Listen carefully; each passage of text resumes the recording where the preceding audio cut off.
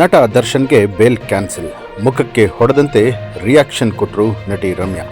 ಹೌದು, ರೇಣುಕಾಸ್ವಾಮಿ ಕೊಲೆ ಕೇಸ್ನಲ್ಲಿ ನಟ ದರ್ಶನ್ ತೂಗುದೀಪ್ ಸೇರಿದ ಹಾಗೆ 7 ಜನ ಆರೋಪಿಗಳಿಗೆ ಜಾಮೀನು ರದ್ದಾಗಿದೆ. ಮೊದಲಿನಿಂದಲೂ ಕೂಡ ನಟಿ ರಮ್ಯಾ ಅವರು ಈ ಕೇಸ್ ವಿಚಾರವಾಗಿ ದರ್ಶನ್ ವಿರೋಧಿಸುತ್ತಲೇ ಬಂದಿದ್ದಾರೆ. ಈಗ ಜಾಮೀನು ರದ್ದಾಗ್ತಿದ್ದಂತೆ ಪೋಸ್ಟ್ ಅನ್ನ ಕೂಡ ಹಂಚಿಕೊಂಡಿರುವಂಥದ್ದು. ರೇಣುಕಾಸ್ವಾಮಿ ಕೊಲೆ ಪ್ರಕರಣದಲ್ಲಿ ದರ್ಶನ್ ಮತ್ತು ಇತರರಿಗೆ ಜಾಮೀನು ರದ್ದಾಗಿಸಿದ ಸುಪ್ರೀಂ ಕೋರ್ಟ್ ತೀರ್ಪು ಇಂದು ಬಲವಾದ ಸಂದೇಶವನ್ನು ರವಾನೆ ಮಾಡಿದೆ. ಕಾನೂನಿನ ಮುಂದೆ ಎಲ್ಲರೂ ಕೂಡ ಸಮಾನರು. ಉಳಿದವರಿಗೆ ನಾವು ಹೇಳೋದೇನಂತ ಹೇಳಿದ್ರೆ, ನ್ಯಾಯಯುತ ಪ್ರತಿಕ್ರಿಯೆಯನ್ನು ಅನುಸರಿಸಿ, ನ್ಯಾಯ ವ್ಯವಸ್ಥೆಯಲ್ಲಿ ನಂಬಿಕೆ ಇರಿಸಿ, ಕಾನೂನನ್ನು ನಿಮ್ಮ ಕೈಗೆ ತೆಗೆದುಕೊಳ್ಬೇಡಿ. ನ್ಯಾಯ ಸಿಕ್ಕೇ ಸಿಗುತ್ತೆ. ಎಲ್ಲಕ್ಕಿಂತ ಮುಖ್ಯವಾಗಿ ನಿಮ್ಮ ಆತ್ಮಸಾಕ್ಷಿಗೆ ತಕ್ಕಂತೆ ಇರಿ ಅಂತ ಹೇಳಿ ರಮ್ಯಾ ಅವರು ಪೋಸ್ಟನ್ನು ಹಂಚಿಕೊಂಡಿರುವಂಥದ್ದು. ಇನ್ನು ಸುಪ್ರೀಂ ಕೋರ್ಟ್ನಲ್ಲಿ ನ್ಯಾಯಮೂರ್ತಿ ಮಹದೇವನ್ ತೀರ್ಪು ಪ್ರಕಟ ಆಗಿದ್ದು, ತಕ್ಷಣ 7 ಜನರನ್ನು ಬಂಧಿಸುವಂತೆ ಆದೇಶ ಹೊರಡಿಸಲಾಗಿದೆ.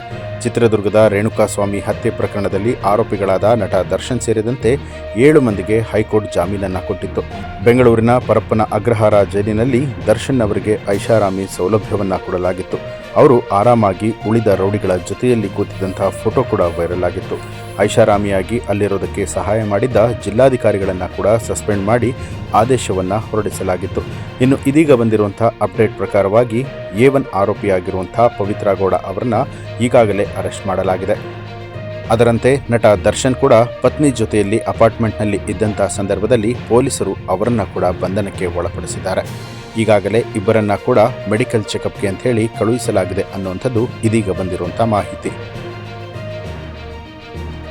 ಇನ್ನು ದರ್ಶನ್ ಅವರಿಗೆ ಬೇಲ್ ರದ್ದಾಗಿರುವಂತಹ ಪ್ರಕರಣಕ್ಕೆ ಸಂಬಂಧಪಟ್ಟ ಹಾಗೆ ನಿಮಗೆ ಏನನ್ಸುತ್ತೆ ಅನ್ನೋದನ್ನು ಕಮೆಂಟ್ ಮಾಡಿ ತಿಳಿಸಿ. ಹಾಗೆ ನೀವಿನ್ನೂ ಕೂಡ ನಮ್ಮ ಚಾನಲನ್ನು ಸಬ್ಸ್ಕ್ರೈಬ್ ಮಾಡಿಲ್ಲ ಅನ್ನೋಂಥದ್ದಾದರೆ ಈಗಲೇ ಸಬ್ಸ್ಕ್ರೈಬ್ ಮಾಡಿ ಬೆಲ್ ಐಕಾನ್ ಒತ್ತಿ.